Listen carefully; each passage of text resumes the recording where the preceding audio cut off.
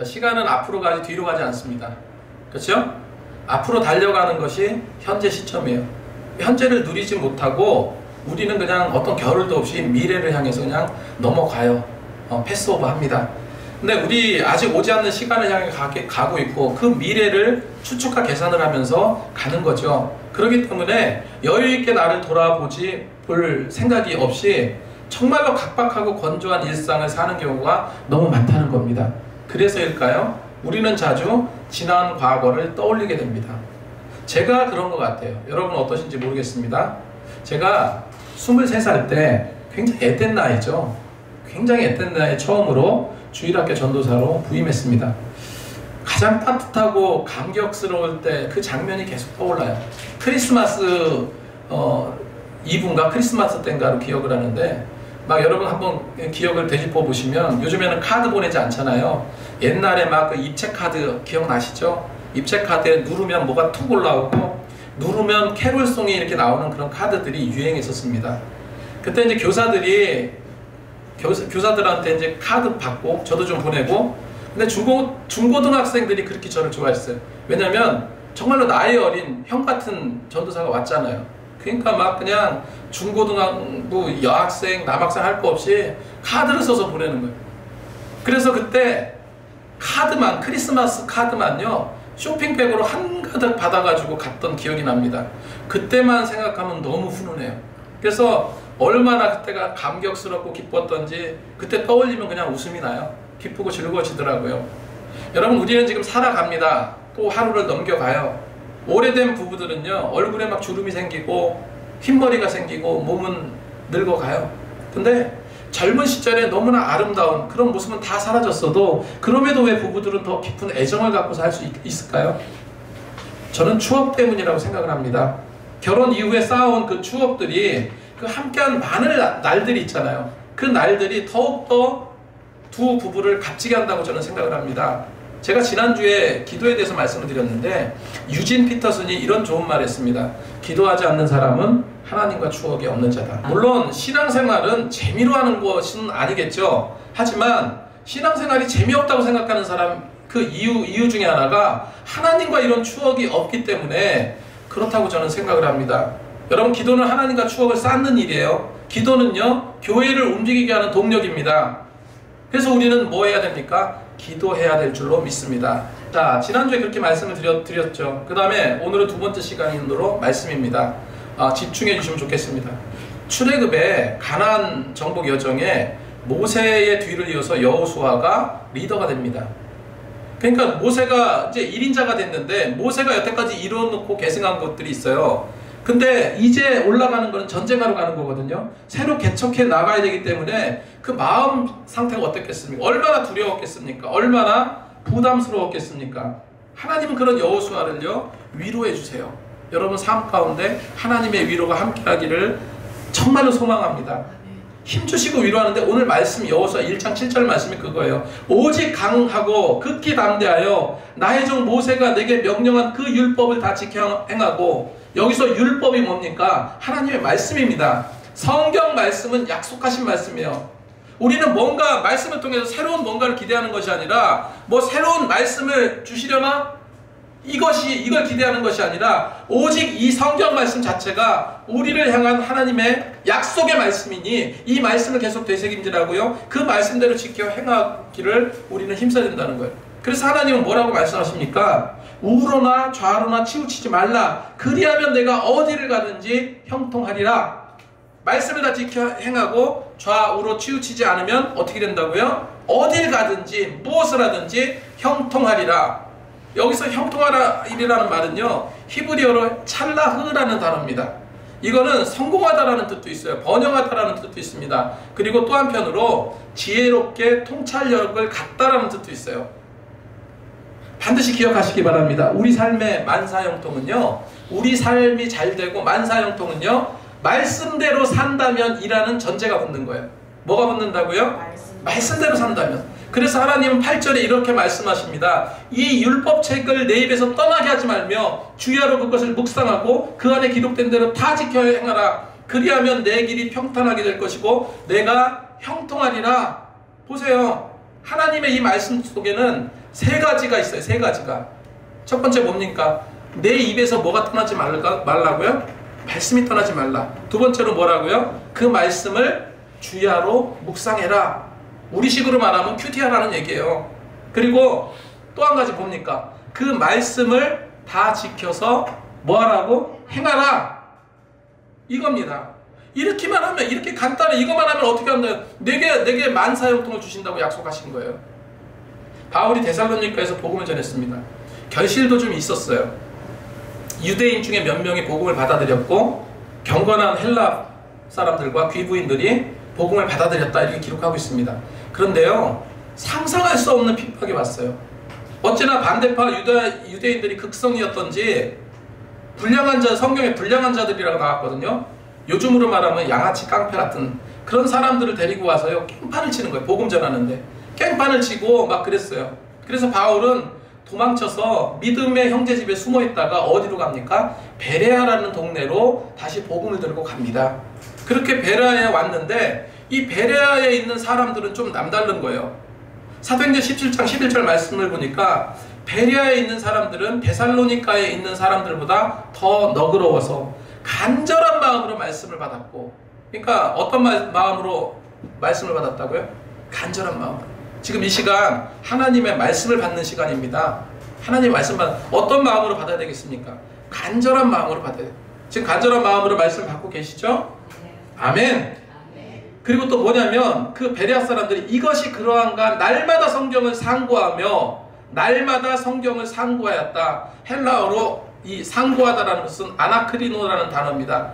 이거는 말씀을 그냥 우리가 국어책 읽듯이 소설책 읽듯이 읽는 것이 아니라 깊이 연구도 하고 조사도 하고 아주 꼼꼼하게 그것을 아주 칼재단하는 거예요. 이게 어떤 의미일까? 이런 거예요. 제가 지난주부터 아니 그 전부터 계속 생각했던 게 뭐냐면요, 어떻게 주일날 30분 설교로 30분간 듣는 설교 말씀으로 사람을 변화시킬 수 있겠습니까? 변화 안 돼요. 불가능합니다. 그래서 지난주 우리는 늘 기도해야 된다 말씀드렸고, 오늘 늘 말씀과 함께 하자, 내 입에서 떠나지 말게 하자, 이 말씀을 드리는 겁니다. 좀 전에도 말씀드렸지만 내 입에서 말씀이 떠나지 않게 하고 늘 묵상하고 실천하라는 거예요. 그러지 않고 우리가 어떻게 심령의 변화를 이끌어낼 수 있겠냐는 거예요. 전에 방송을 봤는데 제목이 기억이 안 나는데 제목이 뭐냐면 유대인들은 왜 세계를 장악했나 뭐 이런 내용이었습니다. 근데 미국에 있는 유대교 명문 대학의 도서관 분위기를 보여주더라고요. 근데 저 도서관 분위기란 보여주는데 이거는 도서관인지 시장바닥인지 모를 정도로 완전 돗대기 시장인 거예요. 몇몇이 모여서 서로 성경 공부를 하는데요, 난상 토론을 합니다. 우리가 아는 도서관은 어떻습니까? 숨소리도 내지 말고 그냥 조용히 쉬, 떠들지 마. 숨소리도 막 조심하잖아요. 그런데 세상 시끄러운 데가 유대인 도서관이에요. 그렇게 처절하게 말씀을 해짓고 그 의미를 생각하고 네 생각은 뭐니? 내 생각은 이런 것 같은데 하나님이 이렇게 말씀하신 의도가 뭘까? 막 이렇게 되새김질하는 거예요. 그리고 말씀 한 구절 한 구절을 정말로 난도질하면서 그 의미를 곱씹는 겁니다. 그렇게 하니 이 말씀이 얼마나 큰 영향력이 가겠습니까? 여러분, 몇 번 말씀드렸지만 성경 말씀 그냥 오래된 고서가 아니에요. 좋은 어록도 아닙니다. 무슨 좋은 명언집도 아닙니다. 성경 말씀은 실용서예요. 실용서. 뭐라고요? 실용서. 하나님과 우리와의 관계를 맺은 구원 계약서입니다. 다시 한번 말씀을 읽어드릴게요. 이 율법의 책을, 말씀을요, 내 입에서 떠나지 말게 하고 주의하는 것을 묵상하고 기록된 대로 다 지켜 행하라. 그리하면 내 길이 평탄하게 될 것이고 내가 형통하리라. 평탄케 되고 형통케 되리라. 잠언 3장 6절의 말씀에도 너는 범사의 글을 인정하라. 인정하는 게 말씀대로 사는 거잖아요. 인정하는 게. 내가 범사에 인정하라. 그리하면 내 길이 평탄하리라. 잠언 3장 6절 말씀입니다. 그러면서 하나님은 9절 말씀에 여호수아를 더 이렇게 위로하고 힘을 주셔요. 말씀이 위로가 되고 말씀이 힘이 되는 겁니다.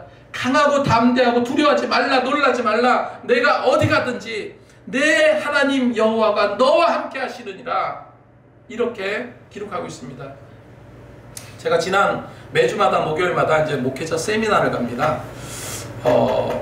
그 어웨이크하는 하늘숲교회 그 네트워크로 이제 참여를 하는데 30개 교회가 목사님들이 모여요. 목사님들이 모이는데 그 중에는 굉장히 큰 교회도 있고 작은 교회도 있고 저희같이 많지 않은 그 인원이 적은 교회도 있습니다. 그런데 이제 그 교회의 여러 가지 이제 이야기를 나누기도 해요. 근데 그 교회 한 목사님이 자기 교회 한 성도분 이야기를 하시는 거예요. 근데 이 성도분 집사님 부부입니다. 집사님 부부인데 사업을 굉장히 크게 하셨어요. 그랬는데 뭐가 이렇게 잘 안 돼서 코로나 오고 막 이랬잖아요. 코로나 시기는 아닌 것 같아요. 근데 80억의 부도를 냈어요. 80억의 부도를 내고 근근히 한 10년 넘게 뭐를 하냐면 남편은 막노동을 하고 근데 막노동도 일이 별로 없어가지고 낙심하고 있었어요. 부인은 나이가 좀 있다 보니까 최저시급 알바도 뜨문뜨문하게 되었던 겁니다. 그 자녀는요 군에 막 제대한 아들이 있었고 취직이 안 돼서 바둥바둥 빈둥빈둥 되는 아들이 있었습니다. 그리고 나이 편차가 좀 나요. 그래서 두 자녀가 또 있어. 그 두 자녀는 이제 중학생이니 얼마나 들어갈 돈이 많겠습니까? 목사님은 10년 동안 그 모습을 봐. 부도난 것도 봤고 사업 잘 되는 것도 봤고 그런데 저럴 분들이 아닌데 그래서 그 두 부부를 앉혀놓고요 이렇게 말합니다. 집사님 우리 길을 열어달라고 정말 기도 한번 해보자. 기도 한번 합시다. 작정 기도합시다. 그랬대요. 그렇게 하고 이 부부는 그 말에요 적극적으로 순종한 거예요. 그래서 기도 재단을 쌓고 교회 봉사도 열심히 하고 전도도 열심히 하고요. 그리고 헌금을 드리는데 이 돈이 워낙 없다 보니까 남편은 주일날 5,000원 헌금을 드리고 아내는 3,000원 헌금을 드렸대요. 너무나 이것도 굉장히 큰 돈이에요. 근데 그 부부엔 굉장히 큰 돈인데 2배를 드리겠다. 남편은 10,000원 드리고 아내는 6,000원 드리고 그러면서 계속 기도하는 거예요. 기도하는데 구체적인 계획서까지 다 짠 거예요. 기도는 어떻게 하고 말씀은 어떻게 하고 헌금 어떻게 드리고 교회 봉사는 어떻게 하고 다 짜가지고 그거 놓고 두 부부가 기도합니다. 그렇게 작정기도 시작한 지 이틀 3일이 지났습니다. 며칠이 지났다고요? 2, 3일 2, 3일이 지났어요. 그런데 2, 3일 지났을 때 예전에 사업했던 그 거래처 사장님이 무려 연락도 안 하다가 10년 만에 전화가 온 거예요. 그 사장님이 제안을 하는데 어떤 제안이냐면 모 지역에 여러분 시몬스 침대 아시죠? 그러니까 이와 관련된 일을 하셨던 것 같아요. 시몬스 침대 지점을 내는데 본사에서 다 책임지고 당신을 집사님을 책임 점장으로 맡아달라는 거예요. 그래서 집사님은 정식 급여를 주고 판매에 따라서 인센티브를 주겠다는 겁니다. 돈 한 푼 안 드리고. 놀랄 일이죠. 예전에 이런 사업을 하셨고 나름대로 또 인정을 받았으니까 그러겠죠. 그런데 그러면서 또 뭐 어떤 얘기를 하냐면 직원도 필요할 거 아니냐. 그러니까 직원을 한 2, 3명 정도 채용하라. 본사가 다 책임지겠다 라고도 얘기한 겁니다. 그래서 남편 집사님은 점장이 되고 그의 아내는 직원이 되고 군대에 갔다 와서 놀고 있던 아들은요 또 직원으로 들어와서 한 방에 모든 게 해결돼 버렸어요. 일종의 여러분 영화 기생충 봤죠? 기생충 같은 일이 발생한 거예요. 불과 시작한 지 2, 3일밖에 안 됐는데 근데 저는 2, 3일밖에 안 됐다고 생각하지 않습니다. 응답 주신 게 그때지 사실은 10년 넘게 기도하면서 쌓아왔던 그 덕이 믿음의 덕이 있었던 겁니다. 여러분 그 가운데서 하나님은 결정적인 기회를 주신 거예요. 이런 생생한 간증을 들으니까 너무너무 저도 힘이 나고 그러더라고요. 여러분 말씀대로 사니까 하나님께서 형통함을 허락하셨습니다. 기도하며 말씀대로 사시면요 이런 만사형통의 축복을 하나님께서 주신다 말씀하고 계십니다. 그러면요 오늘 2가지만 살펴볼 건데 이 성경 말씀은 하나님의 이 말씀 있죠. 우리가 읽는 이 말씀 이게 어떤 힘이 있냐는 거예요. 어떤 영향력이 있냐는 겁니다. 있을까 하는 부분입니다. 첫 번째로 이 말씀은요 사단과 싸워 이길 유일한 무기입니다. 잘 들어보세요. 에베소서 6장 11절 17절까지 말씀에 이런 말씀이 있습니다. 마귀의 관계를 능히 대적하기 위해서 하나님의 전신갑주를 입으라. 그러면서 이는 악한 날에 너희가 능히 대적하고 모든 일을 행한 후에 서기 위함이라. 그런즉 서서 진리로 너희 허리띠를 띠고 의의 호신경을 붙이고 평안의 복음이 준비한 것으로 신을 신고 모든 것 위에 믿음의 방패를 가지고 이로써 늦게 악한 자의 모든 불화살을 소멸하고 구원의 투구와 성령의 검 곧 말씀을 가지려 했습니다.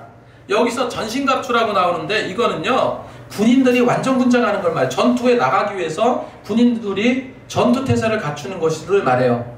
그래서 하나님은 하나님의 전신갑주라는 것은 영적 전쟁을 하기 위한 완전 군장을 말합니다. 군인들이 싸움할 때 철모도 쓰고요 군화도 신고 막 총도 메고 그러잖아요. 그겁니다. 그럼 어떻게 해야 되냐? 진리의 허리띠를 띄어라. 의의 호심경을 붙여라. 이 호심경은 허리띠에 그냥 허리띠라고 생각하면 됩니다. 옛날에 위아래가 따로 없었어요. 그래서 이걸 꽉 흐트러지지 않게 꽉 묶는 것이 호심경입니다. 그리고 뭐예요? 그렇게 호심경을 붙이고 평안의 복음이 준비한 신을 신어라. 그리고 악한 사단들이 계속해서 불화살을 쏘니까 그 불화살을 막기 위해서 뭐를 가지라? 믿음의 방패로 막아라. 그리고 구원의 투구를 써라. 그렇게 성경을 말하고 있어요. 그런데 이렇게 열거한 무기들은 다 어떤 무기들입니까? 방어용 무기들이에요. 방어용. 막는 무기들입니다. 그런데 여기서 유일한 공격 무기가 있어요. 바로 성령의 검이요. 구원의 투구와 성령의 검, 곧 하나님의 말씀이라. 그러니까 유일한 무기가 있는데, 유일한 공격 무기가 있는데 그 공격 무기가 성령의 검인데 그 검이 뭐라고 말합니까? 하나님의 말씀이래요. 하나님의 말씀. 하나님의 말씀은 유일한 뭐라고요? 공격 무기예요. 여러분, 그래서 우리가 세상을 살 때 막 시험이 오잖아요. 어려움이 생기잖아요. 두근두근 막 그냥 칼로 막 휘두르라는 거예요. 말씀의 칼로 휘두르라는 겁니다. 여러분, 이 무기를 장착해야 돼요. 우리 믿음의 사람이라면. 신명기 6장 6절 7절 말씀에 오늘 내가 내게 명하는 이 말씀을 너는 마음에 새기고 내 자녀에게 부지런히 가르치고 집에 앉아있을 때든지 길에 갈 때든지 누워있을 때든지 일어날 때든지 이 말씀을 강론할 것이며, 하나님의 말씀을 지속적으로 선포해야 됩니다. 믿음이 성장하고 삶의 방향이 바뀌는 거예요. 특히 여러분, 자녀들에게 요즘에는 카톡으로 보내면 되잖아요. 성경 말씀을 읽어주기도 하고 그 좋은 성경 구절 톡 같은 거 보내면 너무 좋을 것 같아요. 예수님께서 40일 금식을 마치고 사단에게 3가지 시험을 받으십니다. 사실 이 싸움은 여러분 가만히 보세요. 이 싸움은 어떤 싸움이냐면요, 말씀과의 싸움입니다. 마태복음 4장 3절에 마귀는요, 40일 동안 금식하셨잖아요. 그 줄이신 상태에서 마귀가 예수님께 와서 이렇게 말합니다. 내가 하나님의 아들이거든 여기 돌들을 떡덩이가 되게 해보라 말해요. 그때 예수님은 뭐라고 말씀하십니까? 사람이 떡으로만 살 것이 아니요 하나님의 입으로 나오는 모든 뭐로 산다? 말씀으로 산다. 말씀으로 산다. 이렇게 예수님께서 말씀하셨는데, 여러분, 이거 예수님이 하신 말씀이 아니에요. 예수님이 하신 말씀 아닙니까? 아니에요. 뭡니까? 신명기 8장 3절 말씀을 인용한 거예요. 구약성경 신명기 8장 3절 말씀을 예수님께서 인용한 거예요. 예수님은 이렇게 하나님의 말씀을 인용하시면서 사단의 시험을 물리치신 겁니다. 그리고 마귀는 성전 꼭대기로 예수님을 데려가서 네가 하나님의 아들이 맞으면 한번 뛰어내려봐라. 그런데 이번엔 놀랍게도요, 사단이 또 성경 말씀을 가지고 인용합니다. 6절 하반절에 사단은요, 그가 너를 위하여 그의 사자들을 명하시리니 그들의 손으로 너를 받들어 발이 돌에 부딪히지 않게 하리로다. 시편 91편 11절 12절 말씀을 놀랍게도 사단은 인용합니다. 여러분, 그래서 여기서 우리가 뭘 알 수 있습니까? 마귀 사단도요, 말씀 갖고 덤벼들어요. 옳지 않은 말씀, 헷갈리는 말씀 갖고 덤벼듭니다. 무슨 신천지나 하나님의 교회 보세요. 그들이 뭐 갖고 접근합니까? 말씀 가지고 접근해. 말씀 가지고 말초신경을 자극하는 거. 그래서 신천지도 종말론 갖고 접근했고요. 안상홍 증인의 하나님의 교회도 88년도 휴거 일어난다는 그거 가지고 접근했어요. 처음에. 그렇게 사람들이 현혹해 왔습니다. 예수님은 또 말씀으로 대응하십니다. 7절에 주 너의 하나님을 시험하지 말라. 이것도 신명기 6장 16절 말씀을 인용하신 거예요. 그리고 사단은 또다시 예수님을 데리고 천하만국 영광을 보여주면서 내게 엎드려 절해라. 내게 엎드려 경배하면 이 모든 것을 내게 주리라 하면서 그 근거로 엉뚱하게 이 세상 모든 것이 자기 소유인 것처럼 이야기하죠. 누가복음 4장 5절 7절 말씀에 마귀가 또 예수를 이끌고 올라가서 순식간에 천하만국을 보여주며 이르되 이 모든 권위와 그 영광을 내가 내게 주리라. 이것은 내게 넘겨준 것이므로 내가 원하는 자에게 주노라. 그러므로 내가 만일 내게 절하면 다 내 것이 되리라. 진짜로 세상 모든 것을 사단에게 하나님께서 넘겨주셨습니까? 거짓말이에요, 거짓말. 오직 하나님이 만물의 주권자 되십니다. 시편 24편 1절 말씀에 땅과 거기 충만한 것과 세계와 그 가운데 사는 자들은 다 여호와의 것이로다 기록하고 있어요. 에베소서 2장 1절에 이런 말씀은 있습니다. 그때 너희는 그 가운데 행하사 이 세상 풍속을 따르고 공중권세 잡은 자를 따랐으니 했습니다. 여기서 공중권세 잡은 자로 사단을 묘사하고 있는데 하나님께서 허용한 범위 안에서 권세지, 하나님께서 허락한 것에서 권세지, 무슨 세상 지배권을 그에게 준 게 아니라는 겁니다. 요한복음 8장 44절 말씀에 사탄에 대해서 이렇게 말합니다. 그는 처음부터 살인한 자요 진리가 그 속에 없으므로 진리에 서지 못하고 거짓을 말할 때마다 제 것으로 말하나니 이는 그가 거짓말쟁이요 거짓의 아비가 되었습니다. 하와한테 접근할 때도 마찬가지예요. 너 하나님이 그거 먹지 말라고 했니? 떠보잖아요. 하와는 뭐라고 말합니까? 하나님께서 그거 먹으면 혹시나 죽을지도 모를까 이렇게 하셨어. 말씀은 정확하게 알고 가야 됩니다. 하나님께서 먹으면 죽을지도 모를까 그랬습니까? 정확히 하나님 말씀은 이겁니다. 이것을 먹을 때는 이것을 먹으면 정령 죽으리라. 하나님께서 하신 말씀이에요. 정령 죽으리라. 그런데 사단은요 거짓의 하수인답게 하와에게 뭐라고 말합니까? 결코 죽지 아니하리라 말해요. 결코 죽지. 하나님은 정령 죽으리라 했는데 사단은 결코 죽지 아니하리라. 오히려 아주 부풀려 말하죠. 내가 만약에 이거 먹으면 하나님과 똑같이 선악을 알게 할 수 있는 능력을 얻고 더 많은 능력을 얻을 수 있다고 말합니다. 여러분 사단은 이렇게 거짓말쟁이라는 거예요. 예수님 시험할 때도 사단은 모든 권세를 내게 받았으니 이젠 내 거다. 그러니 내 거니까 내가 원하는 자에게 줄 수 있다 말해요. 예수님 마지막에 마태복음 4장 10절에 기록되었으되 주 너의 하나님께 경배하고 다만 그를 섬기라. 이게 최종적인 정답입니다. 여러분 이처럼 말씀은 뭐라고 그랬습니까? 악한 사단 마귀와 싸워 이길 유일한 공격무기. 더 이상 아무것도 없습니다. 이거밖에 없는 거예요. 유일한 공격무기가 하나님의 말씀이에요. 그러니까 말씀을 좀 달달달 좀 외우기도 하고 보기도 하고 그랬으면 좋겠어요. 정말로. 자, 두 번째로 말씀은요 심령을 변화시키는 힘이 있습니다. 말씀 묵상은 단순한 독서라고 말씀드리지 않았습니다. 말씀을 깊이 생각하고 되새기면요 하나님께서 심정의 변화를 주세요. 그래서 내가 이렇게 살아서는 안 되지. 이렇게 살아야 되겠다. 깨달음이 들어가요. 깨닫게 됩니다. 하나님은 여호수아에게 그 가운데 기록된 대로 다 지켜 행하라. 심령의 변화가 없이 어떻게 그 말씀을 지켜 행할 수 있겠습니까? 자, 이거 하나 말씀드리고 마치겠습니다. 여러 차례 말씀드렸던 거예요. 엠마오로 가는 제자가 있습니다. 엠마오로 가는 제자가 있는데 예수님의 제자였어요. 12제자 말고 예수님을 추종했던 자들입니다. 예수님께서 십자가에 달려 죽으셨어요. 이제 모든 것이 끝났다 생각했어요. 그를 믿고 뭔가 벼슬 한 자리 얻으려고 했는데 예수님이 돌아가 버렸어요. 이제 모든 것이 끝났구나. 에이, 고향 엠마오로 가서 농사나 져야 되겠다라고 두 사람이 엠마오로 터덜터덜 걸어갑니다. 그런데 고향으로 내려가는데 예수님께서 그들과 함께 부활하신 예수님께서 그들과 함께 동행하게 됩니다. 근데 두 제자는 영적인 눈이 어두워져서 그 예수님을 못 알아봤어요. 예수님께서 그 두 제자에게 묻습니다. 무슨 얘기들을 하고 가십니까? 무슨 얘기합니까? 이렇게 물으니까 당신은 그 소식 못 들었냐? 예수님 정말 선하신 분이 있는데 그 누명에 씌어서 십자가에 달려 돌아가셨다. 근데 예수님께서 부활하신다고 했는데 여인들이 무덤가로 왔는데 예수님은 보지 못하고 정말 부활하셨을지도 모르겠다. 이런 얘기를 막 하는 거예요. 그렇게 이야기를 하면서 부활에 대해서는 완전히 믿지 못하는 그런 상황이에요. 그때 예수님께서 너무너무 답답해서 누가복음 24장 26절 27절에 이렇게 말씀하십니다. 그리스도가 이런 고난을 받고 자기 영광에 들어가야 할 것이 아니냐 하시고 이에 모세와 모든 선지자의 글로 시작하여 모든 성경에 쓴 바 자기에 관한 모든 것을 자세히 설명하니라.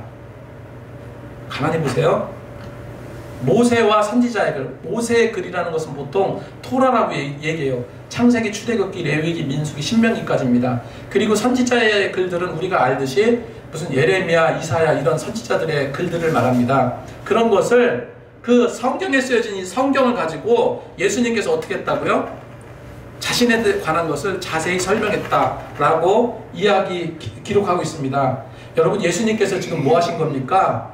그 2명의 제자에게요, 성경 공부시키고 계신 거예요. 지금 자세히 설명한다는 게 뭐예요? 그 부분이 무엇인지 정확하게 알려준 거죠.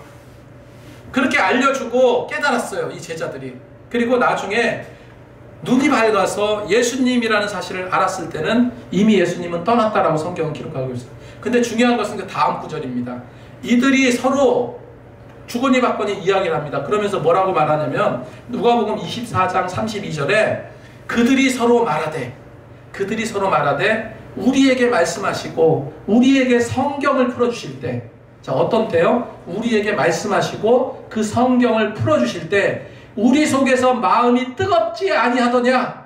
우리 속에서 마음이 어떻다고요? 뜨겁지 아니하더냐? 언제 뜨거워졌냐는 거예요. 언제? 성경을 풀어주실 때, 말씀을 풀어주실 때 마음이 뜨거워졌다고 고백하고 있습니다. 이처럼 말씀은요, 우리 심령을 뜨겁게 해요. 우리 심령을 변화시킵니다. 성령의 역사심을 경험하게 하는 것이 말씀이에요. 그래서 지금 이 설교 시간 여러분, 왜 집중해야 됩니까? 말씀을 풀어주는 시간이거든요. 정말로 말씀을 가까이 하시기 바랍니다. 그리고 우리 기쁨의 교회 실용적으로 사용했으면 좋겠어요. 주일날 예배 드리는 거 너무 좋고 너무 좋습니다. 저는 은혜스럽고, 그죠? 근데 주중에 가면은 좀 틀려요. 요즘에 새벽 예배 드리니까 제가 막 너무 아주 힘이 나고 그래요. 교회는 역시 예배가 계속돼야 돼요. 예배가 끊이지 않아야 됩니다. 주중에 아무 때라도 비어있으니까 그냥 오셔서 기도도 하고 말씀도 하고 또 쉬시기도 하고 커피도 마시고, 그죠?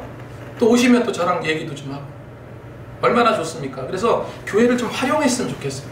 정말 교회가 참새 방앗간이 됐으면 좋겠습니다. 여기가 50평이에요. 저기 바깥에 빼고 이 교회만 46평입니다. 이 공간에서 겨우 일주일에 한 번 예배 나오는 것은 이게 너무 낭비라고 저는 생각을 하는 겁니다. 여기 어떻게 하라고요? 활용하세요, 활용. 다시 한번 말씀드립니다. 말씀은 고서가 아닙니다. 성경책은 실용서예요. 너덜너덜할 정도로 읽어보세요. 그리고 그렇게 하면은 변화된 인생, 더 새로워지는 나의 모습을 여러분 발견하게 될 겁니다. 늘 주님과 함께 늘 말씀으로 일어서시는 저와 여러분이 되시기 바랍니다.